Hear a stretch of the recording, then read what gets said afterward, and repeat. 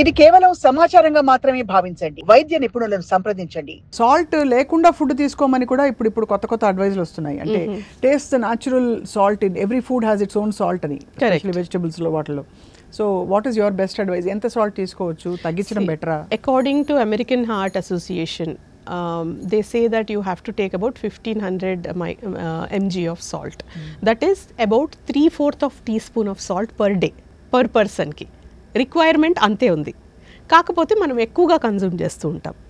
So basically salt అనేది you have to not eat more than 1.5 teaspoon of salt per day. ఎక్కువగా ఈ snacks లో వచ్చేస్తాయి ఇప్పుడు సాల్టెడ్ స్నాక్స్. ఎస్ తెలియని, that's why we're saying processed food అంటే anything ప్యాకెట్లో నుంచి ఏదైతే వస్తుందో అందులో ఏముంటుందో మనకు తెలియదు. So why eat that? So natural snacks తీసుకోండి ఇంట్లో. Like your carrot, dip your carrot in any sauce and eat it, or raw vegetables. కుకుంబర్తో మీరు పాస్తా చేసుకోవచ్చు. అలాంటి రెసిపీస్ చాలా ఉంటాయి, healthy recipes, healthy snacks. Make anything at home అంటే ఇంట్లో చేసినప్పుడు. So there is a saying that eat something which comes from the plant, అంటే చెట్లో నుంచి. Don't eat anything which comes from a plant, industrial plant.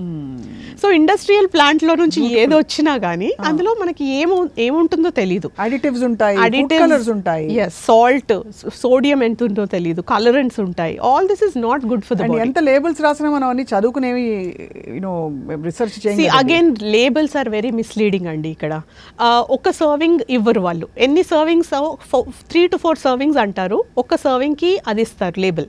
But if you take a packet of chips, that serving size is 4. Label వచ్చేది ఒక serving size ఇస్తారు. మనం ఏమనుకుంటాం, మొత్తం ప్యాకెట్లో అంత క్యాలరీస్ వస్తున్నాయి అనుకుంటాం. But it is into 4 times. అమ్మో, అలా బాగా యాడప్ అయిపోతాయి. Yes. So basically the food industry is tricking you into eating the complete packet. అది. సో మన చిప్స్ ప్యాకెట్లో ఆ క్యాలరీస్ రాసున్నవి 3 to 4 చిప్స్కి ఆ క్యాలరీస్ ఉన్నాయని. ఇప్పుడు ఒక ఫర్బిడెన్ క్వశ్చన్ అడుగుతాను. ఎవరు అడగకూడదు, ఎవరు చెప్పకూడదు దీనికి సమాధానం, బికాజ్ ప్రపంచం అంతా దీనికి బలైంది. చెప్పండి. ఈ ఇన్స్టెంట్ నూడిల్స్ గురించి మీ అభిప్రాయం ఏంటి? ఓకే. దానిలో చాలా హైడ్రోజనేటెడ్ ఫ్యాట్ ఉంటుందని చెప్తారు, because to make it soft and ఇది. కరెక్ట్. అలాగే lot of other maida. So ఎంత ఫ్రీక్వెంట్గా it's okay to get away అని అనొచ్చు, get away with murder? Okay. See again some foods అండి, లైక్ యువర్ స్వీట్స్, డెజర్ట్స్ కానీ మనకి ఇప్పుడు it's raining you know and you feel like having that one samosa. It's raining and if you feel like having that bowl of instant noodles. So how much can you stop yourself and what is moderation? అది. Okay. And what is the theory of craving? So basically during my PhD research there was a chapter on cravings. మన cravings ఎలా వస్తాయి? ఇంకోటి emotional health ఉన్నప్పుడు, బాగాలేనప్పుడు some people try to stop their emotions through food. They connect their emotions through food. అది first cut చేయాలి మనం. Okay, that is one thing. And second thing వచ్చేసి, ఇప్పుడు క్రేవింగ్స్ వచ్చినప్పుడు, ఏ క్రేవింగ్ వచ్చినా కానీ there is a theory of 3 bites. Okay, for example నాకు బ్లాక్ ఫారెస్ట్ కానీ డార్క్ చాక్లెట్ కేక్ తినాలని ఉంది. So they say that when you take 3 bites of anything, your craving is stopped. Eyes which want more, but your stomach is, the craving is satisfied. అది recognise చేయాలి మనం. Yes. So when you are emotionally in a good state, you can always stop your cravings. But again, see, monthly once, if your kid wants monthly once, or if the kid wants once in like 2 months, if they want a samosa, or if they want a noodles. I mean, see, in a throughout the day, or I mean in the daily thing, if you are not putting noodles every day, for example my kid is there, I am not giving him noodles every day for lunch.